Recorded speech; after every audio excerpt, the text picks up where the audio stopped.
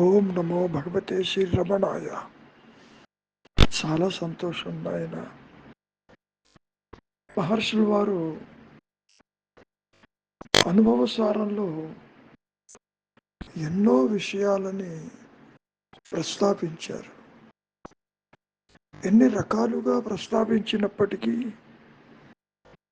సత్యము నీవై ఉన్నావని, విచారం చెయ్యమని, అవిచారం వల్ల నీకు దుఃఖం కలుగుతుందని, కర్మలు వెంట పరిగెడరాదని చెప్పుకొచ్చారు. ముఖ్యంగా నీవు చేసేటటువంటి కర్మలు అంటే నీవు తెచ్చుకున్న పిడికడు ప్రారంధంతో ఈ మాయలోకి కర్తృత్వంతో వస్తున్నావు కదా. ఈ కర్మకి ఫలితాలు ఎవరిస్తారు? నిన్ను అనుభవింప చేయటానికి ఎవరు అనుకూలిస్తారు? అదిగో ఆ ఈశ్వరుడు. అదే అన్నారు, కర్తృరాజ్ఞ ప్రాప్తతే ఫలం. కర్తృరాజ్ఞ అంటే ఈశ్వరుడే, భగవంతుడే. నీవు చేసే కర్మలకి ఆయన ఆజ్ఞ చేతనే నీకు కర్మ ఫలాలు అనుభవిస్తావు, అందుతాయి. అంతేకాని నీవేదో కష్టపడి సంపాదించాను, నీవేదో కష్టపడి కర్మలు ఆచరిస్తున్నాను, ఈ ఫలితాలు నేనే స్వీకరిస్తాను, ఫలితం నేనే పొందుతాను అని స్వీయ సమర్థతతో నీవు ఊహిస్తున్నావు. ఆ విధంగా అది అన్నడూ జరగదు. కృష్ణ పరమాత్మ భగవద్గీతలో కూడా ఈ విషయాన్నే ప్రస్తావిస్తూ, అర్జున, కర్మలు చేసేంత వరకే నీకు నీ పరిధిలో ఉన్నది. ఫలితాల మీద నీకు ఏ అధికారము లేదు. ఏ ఫలితం ఇవ్వాలి, దేనికి ఇవ్వకూడదు, ఏది కావాలి, ఏది పోవాలి, ఏది రావాలి అనేది నేను నిర్ణయిస్తాను. అంత మాత్రం చేత నీ చేతిలో కర్మ ఫలితాలు లేవని, నీవు సాధించేది కాదని నీవు గ్రహించిన తర్వాత కర్మలు మాంతావేమో. నేను ఎన్ని కర్మలు చేసినా ఫలితం నా చేతుల్లో లేనప్పుడు నేను ఎందుకు చెయ్యాలి అని నువ్వు అనుకోవచ్చు. అలా కుదరదు. ఏ కర్మ ప్రభావముతో అయితే, ఏ వాసనలతో అయితే, ఏ కోరికలతో అయితే, ఏ బంధాలతో అయితే, ఏ రాగద్వేషాలతో అయితే నీవు ఇక్కడ దేహాలని ఆశ్రయించి నేనంటే దేహం అనుకుంటున్నావుగా, నేనంటే కర్తను అనుకుంటున్నావుగా. ఈ కర్తవి నీవు అనుకున్నంత కాలము మరి కర్మ ఫలితాలు ఎవరివ్వాలి? నేనే ఇవ్వాలి. కాబట్టి అర్జునుడికి చాలా స్పష్టం చేశాడు. నేను కర్తనంటూ మొదలుపెట్టాడు. నీవు కర్తవి కాదు. నీ ధర్మాన్ని నీవు నిర్వర్తించు. ఫలితం ఏ విధంగా ఇవ్వాలనేది నేను డిసైడ్ చేస్తాను. భగవద్గీత అంతా కూడా ముందు ఎట్లా మొదలైంది? కర్మయోగంతోనే కదా. అదే మహర్షులు వారు అంటున్నారు, కర్మలు దైవము కాదు, కర్మ ఫలితాలు ఇచ్చేది దైవం. అందులో సందేహం లేదు. అంతేకాదు, కర్మ జడము, అది పోను పోను ఆ ఫలితాలు కూడా క్షీణించిపోతాయి, శాశ్వతము కాదు. కానీ ఇక్కడ ఒక విషయాన్ని చాలా స్పష్టం చేస్తున్నారు. కర్మలు మహాసందర్భ చర్యలు, అభివృద్ధి నిరోధములు గమ్యాన్ని చేరకుండా నీకు అడ్డు తగులుతాయి.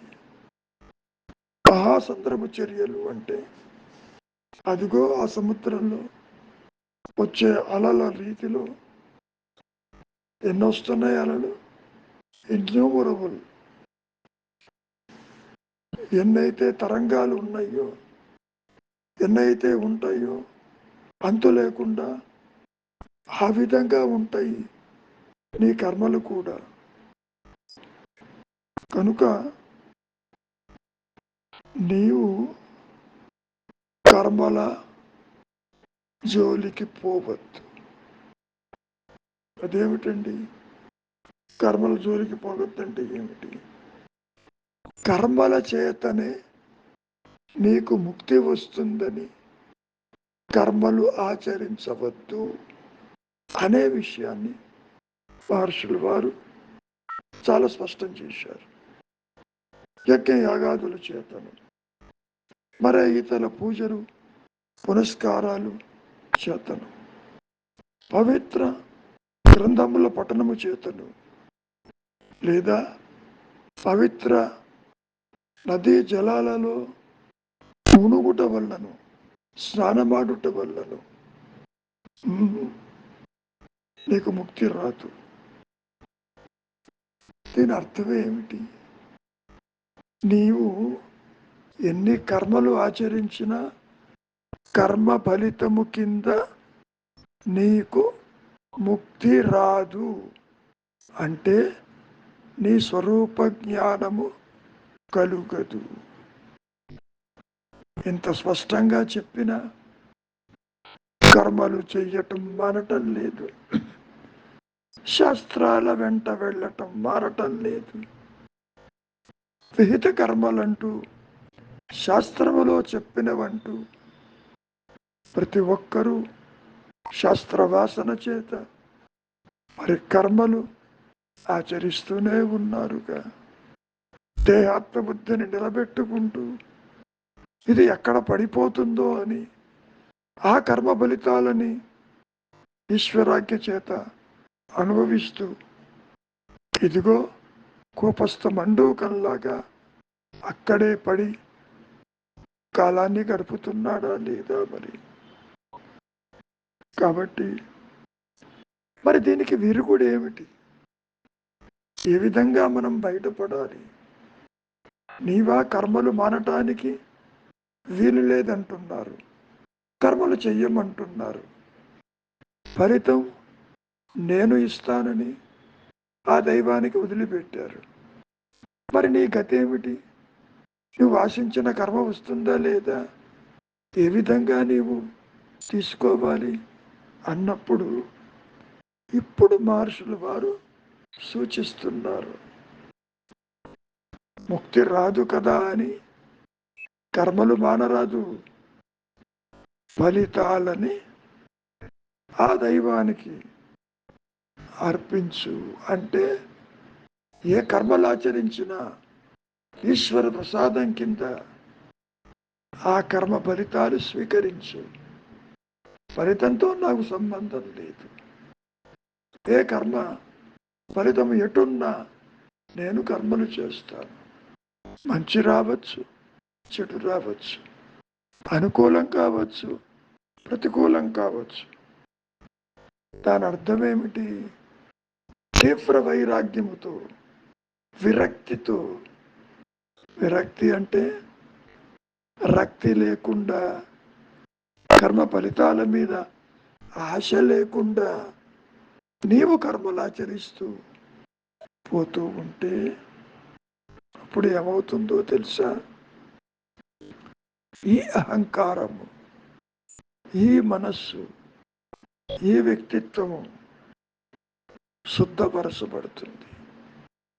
ఎప్పుడైతే నాది, నేను చేస్తున్నాను, నేను అనుభవిస్తున్నాను, ఇది నాకు కావాలి అంటూ కర్తృత్వంతో ఉన్నావుగా, నీవెప్పుడైతే ఆ ఈశ్వరుడికి, ఆ ఉच्चతర శక్తికి, ఆ దైవానికి ఫలితాలని ఆశించకుండా నీవు ఎప్పుడైతే సర్వము శరణాగతి భావనతో సమర్పిస్తావో ఈశ్వరుడికి, అప్పుడు నీ మనస్సు ముక్తి మార్గం చూపుతుంది. అది ఎట్లాగండి? చాలా తేలిక. ఇంతవరకు నీ మనస్సు రజోతమో గుణముల చేతను, అర్షడ్ వర్గముల చేతను, భేదము చేతను, అంతర్శత్రువుల చేతను ఇది కూడుకుని ఉంది కదా. మరి ఏమవుతుంది? రజోతమో గుణములు అంతరించి ఈ మనస్సు శుద్ధమై, శుద్ధ సత్వమై, నేను ఉన్నాను అన్న నీ సహజత్వము అహం స్ఫురణ రూపేణ అనుగ్రహము చేత అది నీలోనే ప్రకాశిస్తుంది. కనుకనైనా నీవు కర్మలు వెంట పరిగెడవద్దు, ఫలితాలను ఆశించవద్దు. సామాన్యంగా ఏం జరుగుతుంది? నీకు అనుకూలంగా ఆ ఫలితం రాకపోతే కర్మలు చేయటం మానేస్తావు. అంతేనా? అలా కాదు. ఫలితం ఏ విధంగా ఉన్నప్పటికీ సర్వము ఈశ్వరాజ్ఞ కింద తీసుకుని పూర్ణ శరణాగతిగా, కర్తవి నీవు కాదు, నీవు ఒక పనిముట్టు అని గుర్తించు. కర్మ ఫలితాలు నీకు ఇవ్వాలా వద్దా అనేది ఆ సృష్టికర్త ఈశ్వరుడు, దైవము తాను నిర్ణయిస్తాడు. కర్మయోగంలో కృష్ణ పరమాత్మ కూడా ఇదే విషయాన్ని చెప్పడం జరిగిందిగా. కర్తృకర్మలు బంధహేతువులు, వాటిని మనం ఏ విధంగా చూడాలి? కర్తృత్వరహిత కర్మలుగా చూడు. అంటే నేను చెయ్యటం లేదు, నా చేత ఈ పనులు జరిపిస్తున్నా ఆ ఉच्चతర శక్తికే నేను శరణు జొచ్చుతాను. మరప్పుడు నిన్నేది బాధించదు కదా. కర్మ ఈశ్వరుడిదే, ఫలితము ఈశ్వరుడిదే, నీకు ఏది సంబంధించింది లేదు. అప్పుడు ఆత్మ అనుగ్రహము చేత, గురువు అనుగ్రహం చేత, దైవానుగ్రహం చేత మరి నీ సహజత్వం ప్రకాశిస్తుందా లేదా? అదే కదా ముక్తి. ముక్తి అంటే ఏమిటి? నీవుగా నిలిచి ఉన్న ఏకైక సత్యస్థితి నీ స్వరూపమని అది ప్రకాశించి నీ అహంకారాన్ని, నీ వ్యక్తిత్వాన్ని, నీ పరిమితత్వాన్ని, నీ వాసనలని పూర్తిగా నష్టపరిచి, నీ వ్యక్తిత్వాన్ని నష్టపరిచి అది ప్రకాశిస్తుంది. అంతేగాని వ్యక్తిత్వం అట్టిపెట్టి ఆత్మ ప్రకాశించదు. ఆత్మస్థితిని ముక్తస్థితి అని ఎందుకన్నారు? ఈ విషయం కూడా మహర్షుల వారిని అడగడం జరిగింది. స్వరూప జ్ఞానము, రియలైజేషను అంటున్నారే, అది తెలుసుకోకపోతే వచ్చే నష్టం ఏమిటి, తెలుసుకుంటే వచ్చే లాభం ఏమిటి అంటూ సూటిగా మహర్షుల వారిని అడిగారు. దానికి వారు, ఇప్పుడు నీవు జనన మరణాలు బాధిస్తున్నాయి కదా, నీవు కాని దాంతో నీ ఉనికిని ఏర్పరచుకుని దేహం పుట్టుక నీ పుట్టుక అనుకుంటున్నావా? అటువంటిది ఏదీ ఉండదు. జనన మరణాల ప్రసక్తే లేదు. నీవుగా అహంస్మరణగా నిలిచి ఉంటావు అంటూ సూచించారు. కాబట్టి నీవు ఎందుకు ఈ దేహంలోకి వచ్చావు? కర్మలు, ప్రారంధము, కోరికలు, బంధాల వల్ల రావలసిందే, వేరు మార్గం లేదు. ఈ సందర్భంలో ఇంకో మాట కూడా అన్నారు, ఆత్మ ప్రకాశానికి ముందు శిశువుగా జన్మించక తప్పదు అన్నారు. మరి ఇక్కడ రాకపోతే నీ స్వరూపము ఆత్మ అని ఎలా తెలుస్తుంది? ఇప్పుడు నువ్వు దేహం అనుకుంటున్నావు, దేహ ధర్మాలు నీ ధర్మాలు అనుకుంటున్నావు. దేహము లేకపోయినా నీవు నిద్రావస్థలో ఉన్నావు కదా, ఆ నిద్రలో ఉన్నదే ఇప్పుడు కూడా ఉన్నది, కొత్తగా ఏది రాదు. ఇది పోతే అది వస్తుందని అనుకోబాకు. ఇప్పుడు ఉన్న పరిస్థితి దేహాత్మబుద్ధి, జీవుడు, జగత్తు, ఈశ్వర భావనలు, జనన మరణాలు పూర్తిగా కల్పితములు, మాయాజనితములు, ఉనికి లేనివని ఆత్మగా నీవే గ్రహిస్తావు. ఉన్నది ఆత్మ అని, లేనిది సృష్టి అని తేలిపోతుంది. మంచిది. మౌనమే నీ సహజత్వము, మౌనమే నీ ఉనికి, మౌనమే నీ జ్ఞాన స్థితి.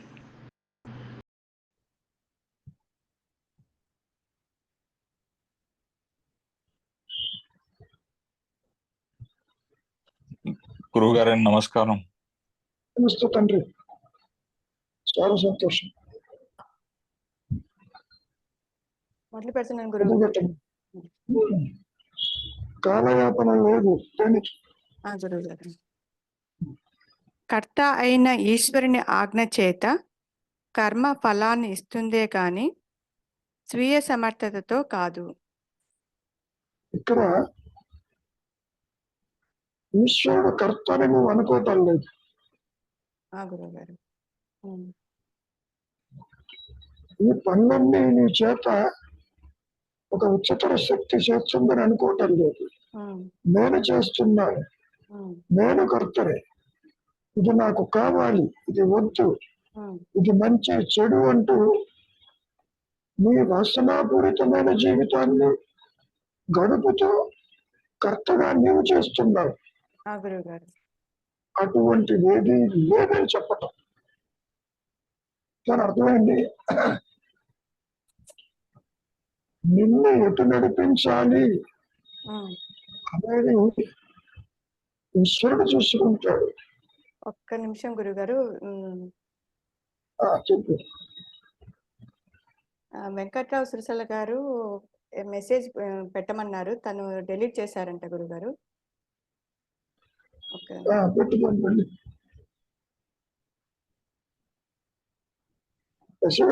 పాతది కూడా వస్తుంది. పెట్టాను గురుగారు. ఈ సందర్భంలో ఒక ప్రశ్న అండి.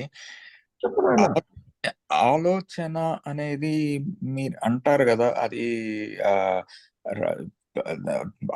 ఆలోచన రహిత స్థితిలో ఉండాలి అని చెప్పి, కానీ ఆలోచన లేకుంటే కర్మ ఉండదు. మరి దీనికి భేదం ఏంటండి? ఆలోచన రహిత స్థితిలో ఉండి మళ్ళీ ఆలోచన కర్మ చేయడం అనేది, అది రెండు కాంట్రడిక్ట్ అయినట్టు ఉంటాయి కదా, అది ఎలా ఎక్స్ప్లెయిన్ అవుతుంది? కాదు, నీకు ఆలోచన లేకపోయినా కర్మలు చేస్తావు.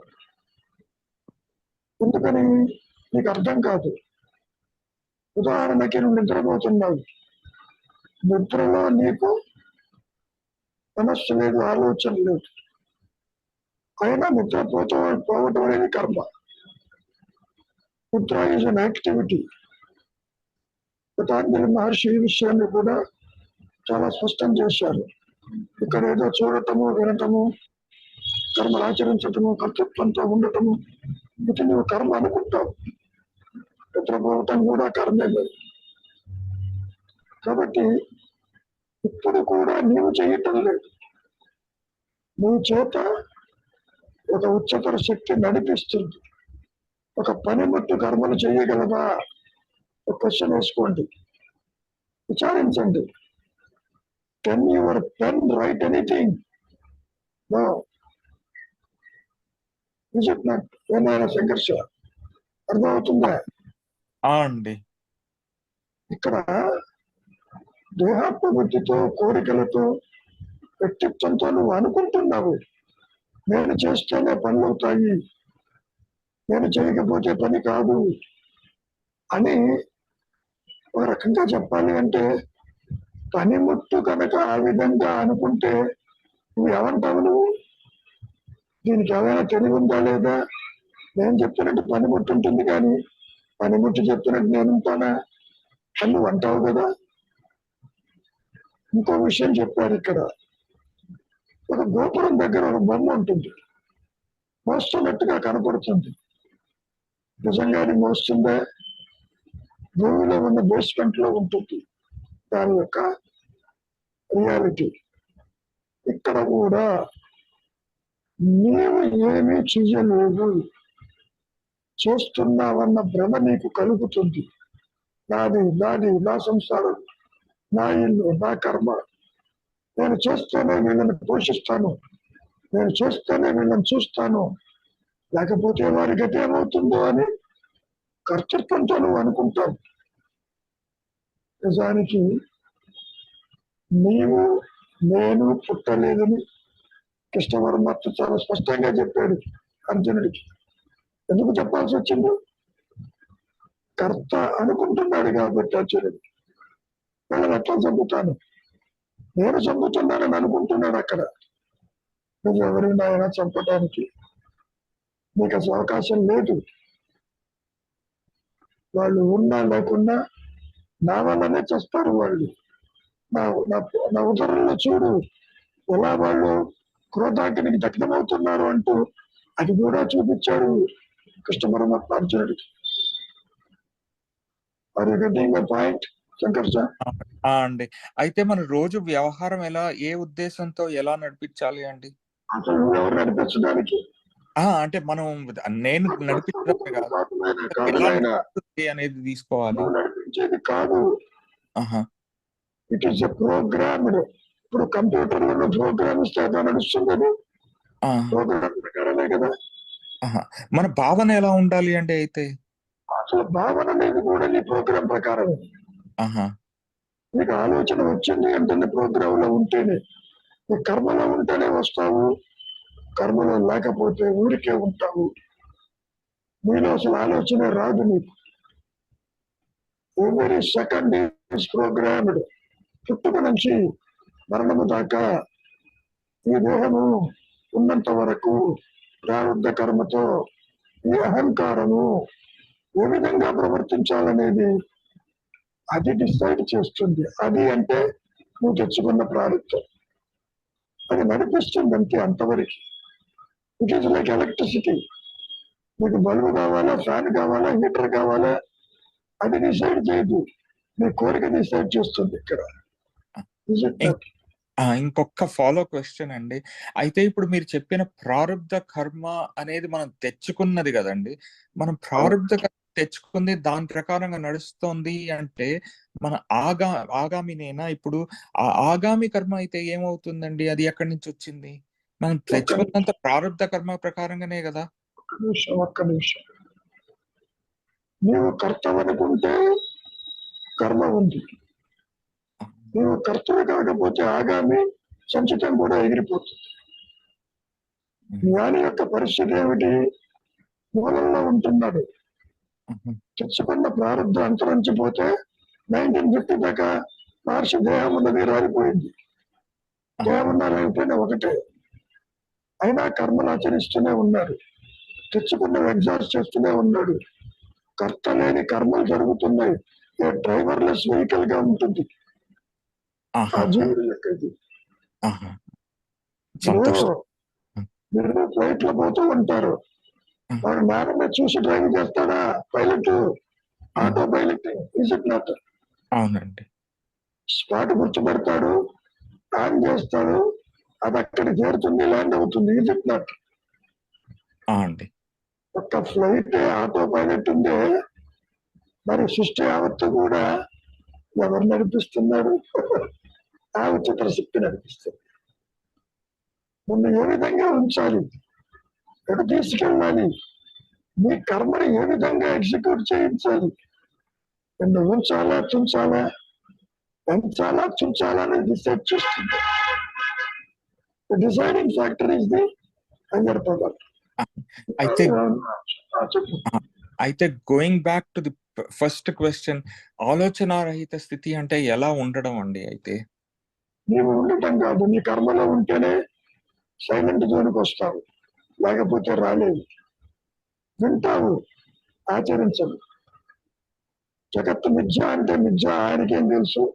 నేను అమెరికాలో ఉన్నాను, కర్మలు ఆచరిస్తున్నాను, సుఖ దుఃఖాలు అనుభవిస్తున్నాను నువ్వు అనుకుంటావు. ఎందుకని జగత్తు మిథ్యం తీసుకోవటం లేదు. జగత్తు సత్యము, దేహం సత్యము, సంసారం సత్యమని అసత్యాన్ని సత్యం అనుకోవటం వల్ల నీకు ఆలోచనలు ఆగటం లేదు. ఒక్కసారి పరిశీలించు, విచారించు. ఏమైనా అమెరికా చెప్పిందా అది ఉన్నట్టు, ఇండియా చెప్పిందా ఉన్నట్టు, ఆస్ట్రేలియా చెప్పిందా ఉన్నట్టు నువ్వు చెబుతున్నావు. ఒక కళలో పరిగెత్తినట్టు దేశాలు తిరుగుతున్నావే తప్ప అక్కడ ఏమీ లేవు. అంతవరకు దేనికి దేని చెప్పిందా ఉన్నట్టు? ఏమో చెప్పలే. నీ వాసన ప్రభావం చేత దేహం ఆవహించింది, నువ్వు మొదలు పెట్టావు ప్రయాణం. ఎటు పోవాలి, ఎక్కడ ఉండాలి అనేది నువ్వు తెచ్చుకున్నదే ఏర్పరుస్తుంది తప్ప భగవంతుడు దీంట్లో ఇంటర్ఫీర్ కాదు అసలు.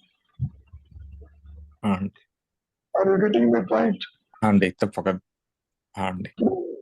సత్సంగము చేత, సద్విచారము చేత, సత్కంద పఠనము చేత నీ ప్రోగ్రాములు ఉంటేనే వింటావు, లేకపోతే జూమ్ మీటింగ్ కూడా రాలేవు. అందరూ ఉన్నారు, ఎందుకు రాలేరు? వాళ్ళ ప్రయారిటీస్ ఆర్ డిఫరెంట్. విన్నా కానీ ఆచరించవు, ఆచరించాలని సంకల్పం ఉండదు.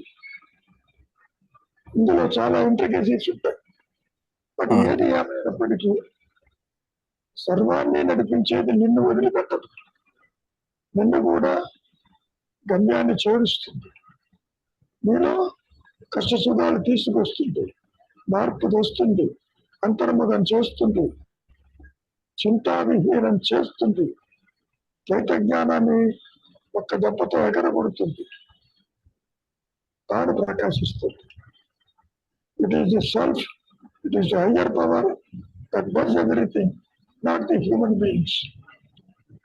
వీళ్ళ తెలివితేటలు ఎందుకు పనికిరావు. ఇది సాపేక్ష జ్ఞానం, అభాస కాంతి. It has no independent existence. ఎన్నడా అభాసం అంటే అర్థమైందా? రిలేటివ్ నాలెడ్జ్ అండి. అంటే స్వయం ప్రకాశం లేదు. జీవుడికి తన ఉనికిని తాను తెలుసుకోలేడు. తాను కలలో కన్నట్టుగా దేహంగా నేననుకుంటూ తిరుగుతూ ఉంటాడు. ఇష్టం అంటాడు, అయిష్టం అంటాడు, కావాలంటాడు, వద్దంటాడు, మంచి అంటాడు, చెడు అంటాడు, న్యాయం అంటాడు, అన్యాయం అంటాడు. ఇదంతా ఈ విధంగా తన మనసులో ఉన్నదే బయటకు వెళ్ళగక్కుతాడు తప్ప ప్రపంచంలో ఏది లేదు, ప్రపంచమే లేదు, ఆ అనుభవంలో సృష్టి ఉండదు. ఇప్పుడైనా పొరపాటున దేహం చెప్పిందా అది ఉన్నట్టు నువ్వు చెబుతున్నావు ఇదే నాది. చెప్పేవాడి రియాలిటీ ఎంతవరకు విచారించు. విచారించలేకపోతావా శరణాగతిగా ఆ హయ్యర్ పవర్కి? అదే చేయలేకపోతావా మౌనంగా ఉంది? అదే చేయలేకపోతావా నీకు ఏది చూస్తే అది చేయమన్నాడు. ఊరికే ఉండలేదు. ఏది బాగుంటుందా అంటూ పరిగెడతావు, చివరికి ఇక్కడికి రాక తప్పదు పంపన్నాడు. ఇక్కడికి అంటే ఈ మూలానికి. మూలము అంటే కాన్షియస్ ఆఫ్ కాన్షియస్నెస్, అదే రియలైజేషన్. నా దృష్టిలో అందరూ రియలైజ్డ్ సోల్స్, అన్రియలైజ్డ్ ఎవరు ఉండరు. ఏ ఒక్క ఆభరణమైన బంగారాన్ని వదిలిపెట్టి ఉంటుందే, సృష్టి కూడా అంతే. సృష్టి యావత్తు బ్రహ్మమయం. జీవం తీసుకో, దానికి ఉన్న ఇంటెలిజెన్స్ దానికి ఉంది. నువ్వు అనుకుంటావు నా మైండ్ లాగా ఉండదు దానికి, got a different intellectual capacity. సృష్టి యావత్తు అంతే. ఏమైనా ఆ, are you getting the point? అండి సంతోషం. ఓకే, చెప్పమ్మా. గురుగారు, కర్త అయిన ఈశ్వరుని ఆజ్ఞ చేత కర్మ ఫలాన్ని ఇస్తుందే కాని స్వీయ సమర్థతతో కాదు. నువ్వేమనుకుంటావు? నేను సాధిస్తాను, ఉమ్, నేను చెయ్యగలను, ఉమ్. గురుగారు. వాళ్ళు వచ్చేది నాకు, ఈశ్వరుడు ఉన్నాడో లేదో, ఉమ్, నేను కష్టపడి పైకి వచ్చాను, ఉమ్, చదువుకున్నాను, ఉమ్. సంపాదిస్తాను అనుకుంటావు. గురుగారు. ఉమ్. నీవు ఏమీ చెయ్యలేదు. ఎందుకని? దాన్ని ఒక పని దానంతట చేయగలరా ఆలోచించి. చేయలేదు. ఇదే మాట అన్నారు మహర్షులు వారు. ఉమ్, ఆత్మ చేతిలో ఈ జీవుడు ఒక పనిముట్టు, అహంకారం. ఉమ్. అది ఎలా నడిపించదలుచుకుంటే నీ ప్రోగ్రాం ప్రకారం అది నడిపిస్తుంది. చూపిస్తాను. ఉమ్. నీకు ఇష్టం ఉన్నా లేకుండా నడిపిస్తుంది. పాయింట్. గురుగారు. ఉమ్, నీ ఇష్టాలతో సంబంధం లేదు. ఉమ్. మరి ఎక్స్ట్రాగా ఏమైనా చేస్తుందో చెయ్యదు, నీ ప్రోగ్రామే ఎగ్జిక్యూట్ చేస్తుంది. ఉమ్. నీకు తెలియదు నీ ప్రోగ్రామ్ అని. భగవంతుడు ఎందుకు కష్టాలు ఇచ్చాడు అనుకుంటావు? ఉమ్. నీ ప్రోగ్రామ్ అన్న సంగతి నీకు తెలియదు. తెలియదు. గురుగారు. ఉమ్, ఉమ్. ఉమ్. ఉన్నట్టుండి సింపుల్ గా చెప్పాలి అంటే రోడ్డు మీద ఉన్నవాడిని ప్రైమ్ మినిస్టర్ చేస్తుంది, గురుగారు. ప్రెసిడెంట్ గా ఉన్నవాడిని రోడ్డు మీదకి లాగుతుంది. ఉమ్, ఉమ్. ఈ మాయలో కూడా ఉమ్. మనం చూస్తూనే ఉన్నాం. ఎందుకు ఉచ్చ దశ, ఎందుకు నీచ దశ అనేది చూస్తే వాళ్ళ ప్రమేయం కాదు, ఈశ్వరాజ్ఞ. అదే కర్త, కర్తురాజ్ఞ ప్రాప్తి. నువ్వు చేస్తున్నట్టు అనుకుంటావు, నువ్వు చెయ్యవు. ఉమ్. చేయించేది కర్త ఈశ్వరుడే, కర్మ ఈశ్వరుడే, సర్వము ఈశ్వరుడు. నువ్వు అనుకుంటున్నావు కాబట్టి పునరపు మరణం, పునరపు జననంగా నువ్వు భావిస్తున్నావు. అంతకంటే ఏం లేదు. నిజానికి జన్మ లేదు, కర్మ లేదు. ఉన్నది అవేర్నెస్, ఎరుక మాత్రమే. గురుగారు. అదే అంటూ ఉంటుంది అంతవరకు. ఉమ్. జ్ఞానం ఇక్కడ ఎందుకు మరి ఈశ్వరుడికి భేదభావాలు ఎందుకు గురుగారు? అయితే ఈశ్వరుడికి నీకు భేదభావం, ఈశ్వరుడికి భేదభావం లేదుగా. కరెంట్కి ఏమన్నా భేదభావం ఉందా? అంటే మీరు గురుగారు, కరెంటు నువ్వు తాకితే షాక్ కొడుతుంది, ఇంకోటి తాకితే షాక్ కొడుతుంది. భేదభావం అంటావా? ఎవరిగా షాక్ ఇద్దరికీ కొట్టిందిగా. కాదు, అలాని వారికి షాక్ కొట్టలేదు, నాకు కొట్టింది, బాధ ఎందుకు నువ్వు అడగచ్చు. అతడు బల్బు వెలిగించినా వెలుగుతుంది, చెట్టు వెలిగించినా వెలుగుతుంది. కరెంటుకి భేదభావం లేదు కదా. నాకు ఇదే పెట్టమని చెబుతుంది, పెట్టదు కదా. నీవు పెట్టింది వెలుగుతుంది అంతవరకు. అంటే జీవుడు చేసుకున్న కర్మలు బట్టి దాన్ని ఫలితాలు అంతే. ట్యూబ్లైట్ కావాలా, బెడ్ ల్యాంప్ కావాలా, హై వోల్టేజ్ ఏసీ కావాలి, నువ్వు డిసైడ్ చేస్తున్నావు. కరెంట్ డిసైడ్ చేయదు. కరెక్ట్. కాబట్టి దానికి భేదం లేదు. ఈశ్వరుడికి ఈశ్వరికి కరెంట్ భేదం లేదు. గాలికి భేదం ఉందా? లేదు. ఆలోచించు. లేదు. సుగంధాన్ని దుర్గంధాన్ని తీసుకుపోతుంది, ఏ ఒక్కటి తాను స్వీకరించదు. జలానికి భేదం ఉందా? లేదు. ఉమ్, ఉమ్, పంచభూతాలకి లేదు భేదాలు. ఆ గురువుగారు. హృదయకి ఏమన్నా భేదం ఉందా? లేదు. ఒకళ్ళు కడితే ఇల్లు ఉంటుంది, ఒకటి కడితే ఉండదు అంటుంది. అందుకే ఎవరిల్లు కట్టుకున్నది నిలిచే ఉంటుంది. ఉమ్, ఆ కానీ గురువుగారు. సూర్యుడికి ఏమన్నా భేదం ఉందా? సూర్యకాంతి శురకం మీద ఒకలాగా ఉంటుంది, మహారాజు మీద ఒకలాగా ఉంటుంది. ఉమ్, Is it not? ఉమ్, ఉమ్, కాంతిలో భేదం లేదు, పంచభూతాల్లో భేదం లేదు, ఈశ్వర సృష్టి కూడా భేదం లేదు. ఉమ్, భేదం అంతా ఈ మనస్సులో, ఈ మనసులోనే. ఈ దృష్టికోణంలో భేదం. ఉమ్, చనిచ భేదము, స్త్రీ పురుష భేదము, జ్ఞాని అజ్ఞాని భేదము, ఉమ్, ఇట్లా మంచి చెడు ఆ గురువుగారు. ఆ గురువుగారు. ఈ ద్వంద్వాలతో కూర్చుకొని ఉంటుంది అహంకారం. ఉమ్, ద్వంద్వ రహితము ఆత్మస్థితి, ఉమ్, అభేదమైన స్థితి. అందుకనే దాన్ని అభేద జ్ఞానం, అభేదం అన్నారు. భేదరహితం. ఉమ్, జ్ఞాని యొక్క స్థితి కూడా భేదరహితం. మీరు ఆ పిల్లవాడిని ఎలా చూస్తారని అడిగాడు. అందరిలాగే అన్నాడు. ఉమ్, మీకు అది ఆశ్చర్యంగా ఉంటుంది. ఆ పిల్లవాడు బంధువు కదా, ఉమ్, అలా ఎలా చూస్తాడు అని. నీకు మూలము తెలియదు కాబట్టి మహర్షి స్టేట్మెంట్ నీకు కూడా పడదు. ఆ మూలం గురువుగారు. తెలిస్తే నువ్వు అలాగే చూస్తావు. ఆ, నీకు నాకు భేదం లేదు, అందరూ ఒకటే అంటారు. సత్యం తెలిస్తే ఉమ్, తెలియని కారణం చేత, ఉమ్, వాసనల ప్రభావం చేత భేదం మాత్రమే నీ ముందు ఉంటుంది. ఉమ్, అన్యత్వం ఉంటుంది, వేరు భావన ఉంటుంది, ఏకత్వం అనేది ఉండదు. ఉండదు. ఉమ్, ఏమో? ఆ ఇప్పుడు చూడు ఇంకా గురువుగారు. కర్మ దైవం కాదు, జడం.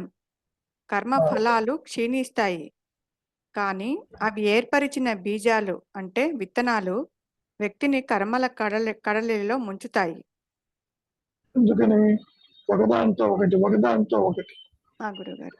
ఉమ్, రోజున ఇది చాలు అనుకోవటం లేదు, ఉమ్, ఇంకా కావాలి, ఇంకా కర్మలు చేయాలి, ఇంకా సంపాదించాలి, ఇంకా తిరగాలి, ఉమ్, ఇంకా అనుభవించాలి ఉమ్, అనేటువంటి కర్మల బీజాలు అట్లా తీసుకుపోతూ ఉంటాయి. ఉమ్, కొంత ఉన్నంత కాలము ఒకదాంతో ఒకటి అది పడిపోకుండా నిలబెట్టుకోవటానికి విశ్వ ప్రయత్నం చేస్తుంది ఉమ్, అహంకారం. ఉమ్, ఎలా? ఆ అదే గురువుగారు. చెప్పింది మహర్షి. ఉమ్, కర్మలు అంటే యాక్టివిటీస్, ఆ గురువుగారు. ఉమ్, ఆ సందర్భ చర్యలు, ఉమ్, అన్నింటినీ లీవ్స్ ఉమ్, చెప్పినట్టు ఆ గురువుగారు. అవి ముక్తిని ప్రసాదించవు. ఉమ్, నేను యజ్ఞం చేస్తాను, యాగం చేస్తాను, ఇది చేస్తాను, అది చేస్తానంటే ఆత్మ ప్రకాశించదు. ఉమ్, నీ తృప్తి కోసం నువ్వు చేస్తావు. ఎందుకని? మోక్షము కూడా నువ్వు అన్యంగా సంపాదించాలని, ముందుతో కైలాసం వెళ్ళాలని అహంకారం ఎత్తుపెట్టుకుంటూ భగవంతుని దర్శించాలని. ఆ మాట కూడా చెప్పారుగా మహర్షి. ఆ గురువుగారు. భగవంతుని చూడటానికి నువ్వు మిగిలి ఉంటాయి కదా అన్నాడు. ఉమ్, కాబట్టి నీవు కర్తవి కాదు, నీ కర్మలు దైవము కాదు, ఉమ్, ఇవి మహాసంద్రమి చర్యలు. అంతేకాదు గమ్యాన్ని చేర్చవు. గమ్యం ఏంటి? స్వరూప జ్ఞానం. స్వరూప జ్ఞానానికి అడ్డు వస్తాయి. నువ్వు ఎంతసేపటికి బయట తిరుగుతూ ఉంటే ఉమ్, ఇంట్లో ఏముందో తెలుసా నీకు?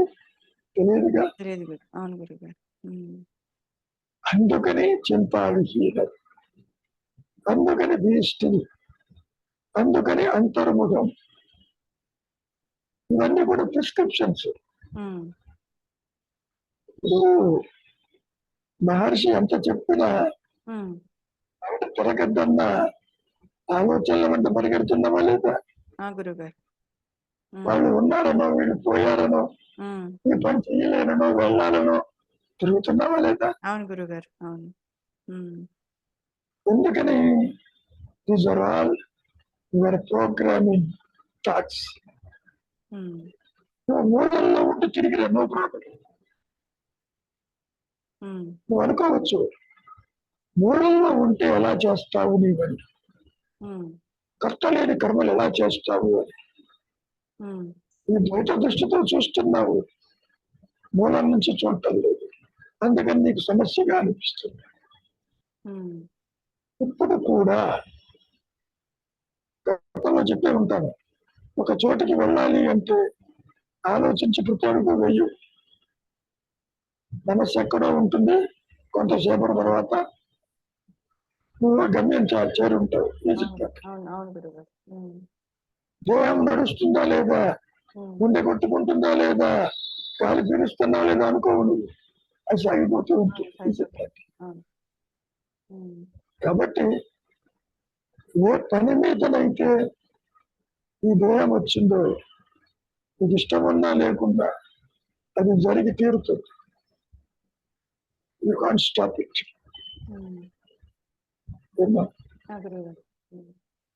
ఎందుకని పంచభూతాత్మకం కాబట్టి కూడా. ఎప్పుడైనా గాలి వెచ్చడం ఆపిందా, సూర్యోదయం ఆగిందే, వర్షం ఆగిపోయిందే, వాటికి ఈ హయ్యర్ పవర్ కి భయపడతాయి అది, అందుకని పనిచేస్తాయి. సరే చెప్పారు మీరు, పెట్టారు పంచీకరణ గురించి పెట్టారు. కాబట్టి ఎలా జరుగుతుందనేది, నీవు నిద్రపోతుంటే ప్రపంచం ఆగిపోయిందే, ఈ దేహం ఆగిపోయిందే నీకు తెలియదుగా.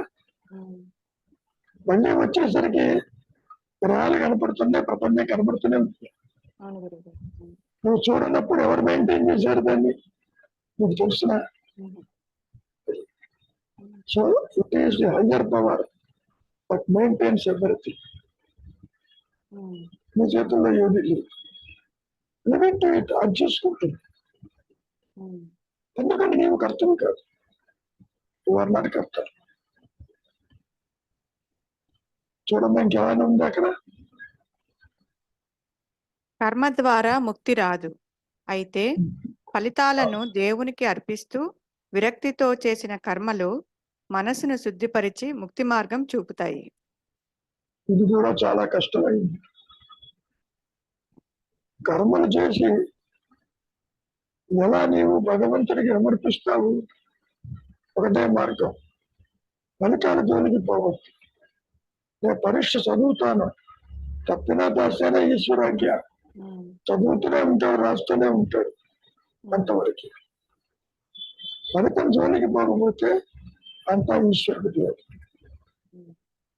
ఇప్పుడు ఫలితం ఏదైనా సమదృష్టితో తీసుకోవటమే ఈ కాన్విటీ ఆఫ్ ది మైండ్, అక్కడ ఏర్పడుతుంది. ఇదంతా నాయలో ఉండే విషయాలే వాళ్ళు ఎక్కువగా ప్రస్తావిస్తారు. ఫలితం జోలికి పోవద్దన్నా నువ్వు పోతూనే ఉంటావు. నేను ఇంత కష్టపడి చదివాను, ఇంత కష్టపడి సాధన చేశాను, ఇంత కష్టపడి శరణాగతి అయ్యాను, నాకు అప్పుడు ప్రకాశం కలగంటావు. నువ్వు కష్టపడింది వెళ్ళలేదు అక్కడ.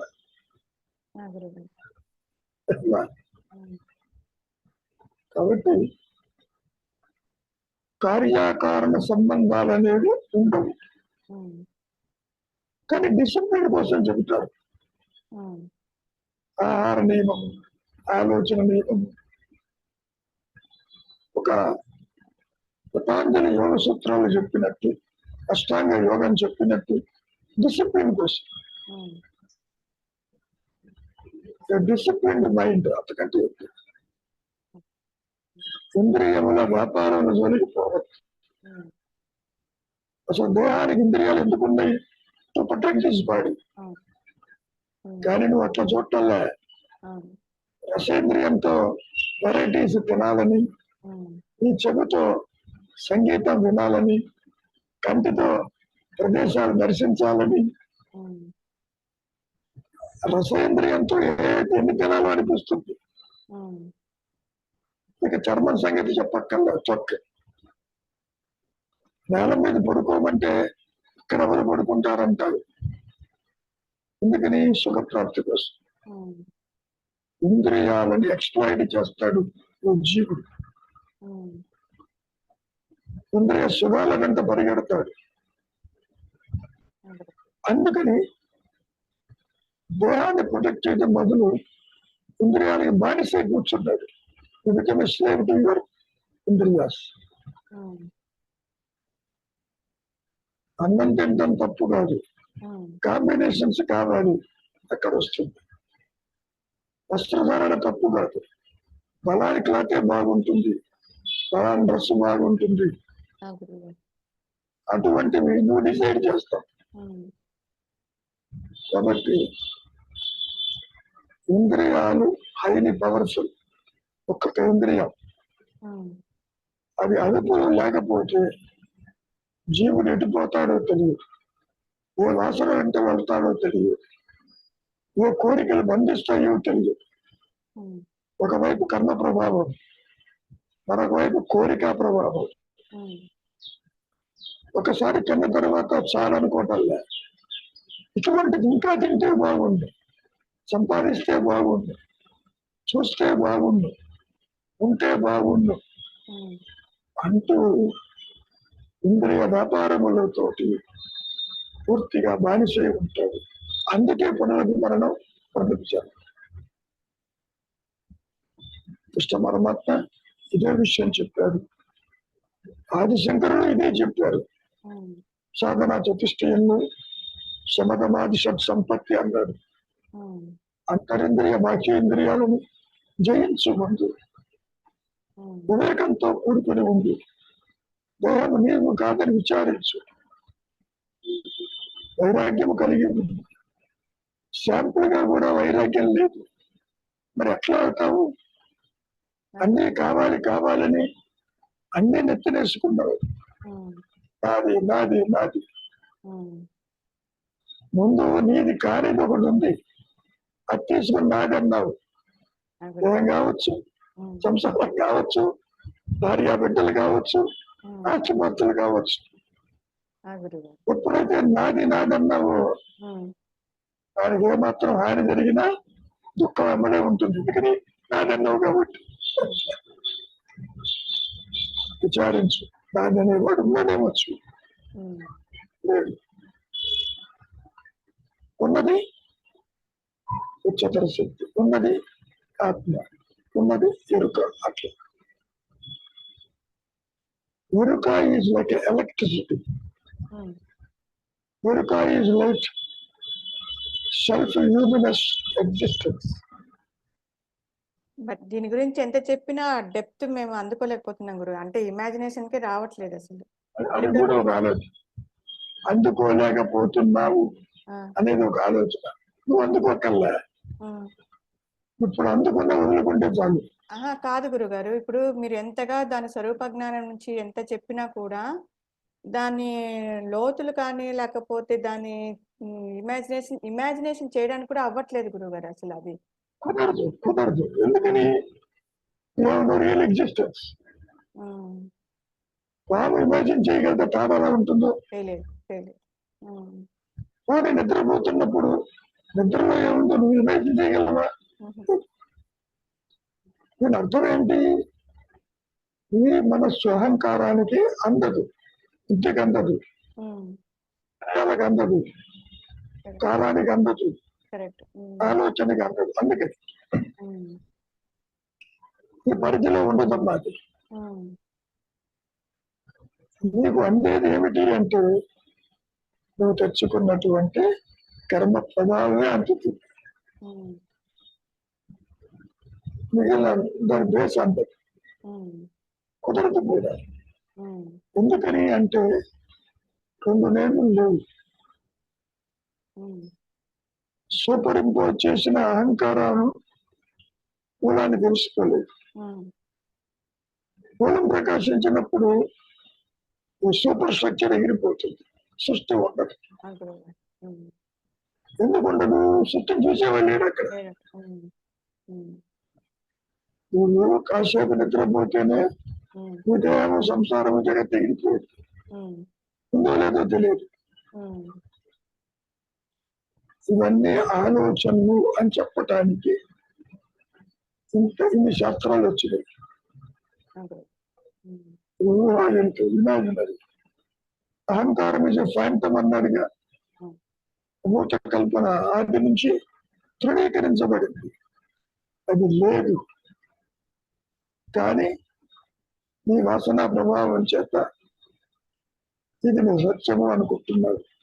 జగత్తు మిథ్య కాదు, సత్యము. సో నీ భావన అది. ఎంతకాలం అనుకుంటావు? ప్రారంభ కర్మ ఎగ్జాస్ట్ అయ్యేదాకా అనుకుంటావు. నీకు తెలియకుండానే దేహం ఎగిరిపోతుంది. మరి ఈ వాస్తవ జీవుడు ఏమవుతాడు? ఉదయం కూడా తెచ్చుకుంటాడు. ఇప్పుడు ఇళ్లలో ఎన్నో ఆల్టర్నేటివ్స్ ఉన్నాయి. గతంలో కట్టెల పొయ్యి ఉండేది. కట్టెల పొయ్యి లేకపోతే ఏమైంది? కిరసనాయిల్ స్టవ్. అది లేకపోతే ఏమైంది? గ్యాస్. అది లేకపోతే ఇండక్షన్. ఇట్లా మారింది. కాబట్టి you seek the alternative to maintain your ego. ఈ వాసనలు మెయింటైన్ చేయడానికి ఏదో ఒక శరీరం పట్టుకుంటుంది. అది పాయింట్. మానవ జన్మే రావాలని లేదు ఎక్కడ. శృతులు ఏదైనా రావచ్చు. లేకపోతే జలభరతుడు వేడిగా ఎందుకు వస్తాడు? సాయిబాబా చెప్పిన కథలో కూడా భద్రప్ప రామప్ప అనే వాళ్ళు కప్పల కింద జపిస్తారు. మాట్లాడుకుంటూ వచ్చి తిరుగుతుంది. That is a possibility. కాబట్టి సృష్టిలో ఉన్నటువంటి జీవరాశులకి దేవంతో ఉన్న నీకు తేడా ఏం లేదు. లేదమ్మా, జ్ఞానం అంతా ఒకటే.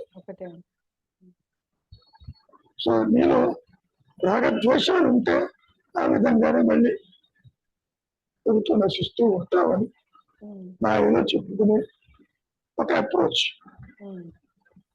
అంతకంటే ఏం లేదు. సో ఫైనల్ గా మహర్షి ఏమంటున్నారు? నేను పుట్టలేదని తెలుసుకో. నేనంటే అహంకారం. వ్యక్తిత్వమే పుట్టలేదు. అదే మహర్షి చెప్పింది ఆది నుంచి తృణీకరించబడి. ఆత్మపరంగా తీసుకుంటే ఆత్మని పుట్టుకలేదు, ఉదయాస్తమానాలు లేవు, ఎప్పుడు ఉన్నది అది.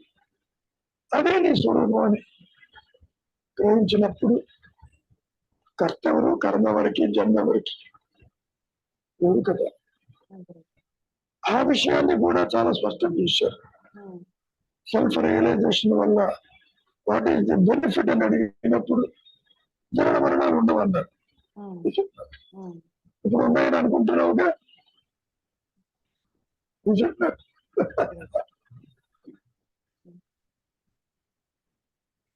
ఇంకేమైనా ఉందా? ఏమా కల్పన? గురువు గారు చెప్పమ్మా. అంటే ఈ ప్రపంచం అంతా ఆలోచన మనస్సు వల్లే ప్రొజెక్ట్ అవుతుంది అంటే అది మింగుడు పడట్లేదు గురువు గారు. కాసేపు నిద్రపోతే ప్రపంచం ఉందా? పోనీ లేదు గురువు గారు, అదే అర్థమవుతుంది. ఎందుకు లేదు? ఎందుకు లేదు?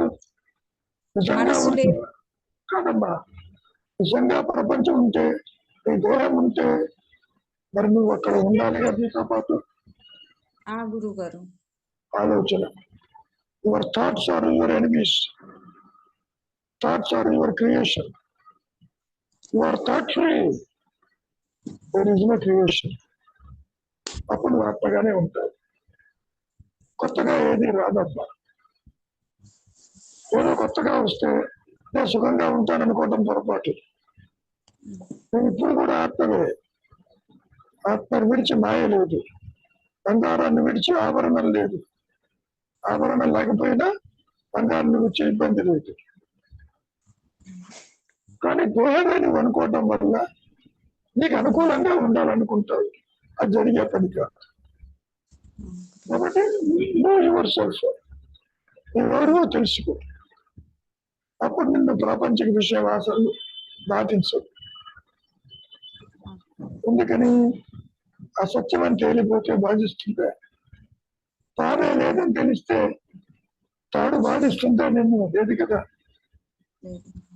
ఇక్కడ కూడా అలాగే ఉంది. చెప్పండి వెంకట్రావు గారు, ఏమన్నా ఉంటే టైం అయిపోవచ్చు. ప్రస్తుతానికి లేదండి, నేను మెసేజ్ పెడతాను. అలాగే అలాగే అలాగే ఓకే ఏమ్మా తప్పదు. ఇంకేమన్నా ఉందా అనుమానం? లేదు గురువు నీకు గారు. ఎందుకు సత్యం తెలియటం లేదు? ఉమ్, అసత్యం సత్యం అనుకుంటున్నారు. నేను కళ్ళతో చూస్తున్నాను, ఉమ్, ఎదురుగుండా సంసారం ఉంది, ఇతరులు ఉన్నారు, ఉమ్, నాతో పాటు రెస్పాండ్ అవుతున్నారు వాళ్ళు చెప్పిన దానికి. ఉమ్, ఇది అసత్యం ఎట్లా అవుతుందని ఉంటుంది. కానీ ఆదిశంకరుడు ఒక టెస్ట్ పెట్టాడు. ఉమ్, నువ్వు దేహమే అయితే దేహంతో నిద్రపోవాలి, జగత్తు సత్యమైతే జగత్తుతో నిద్రపోవాలి, ఉమ్, ఇతరులు సత్యమైతే వాళ్ళు కూడా నీతో పాటు ఉండాలి నిద్రపోయేటం. ఇది ఒక్కటి లేదుగా.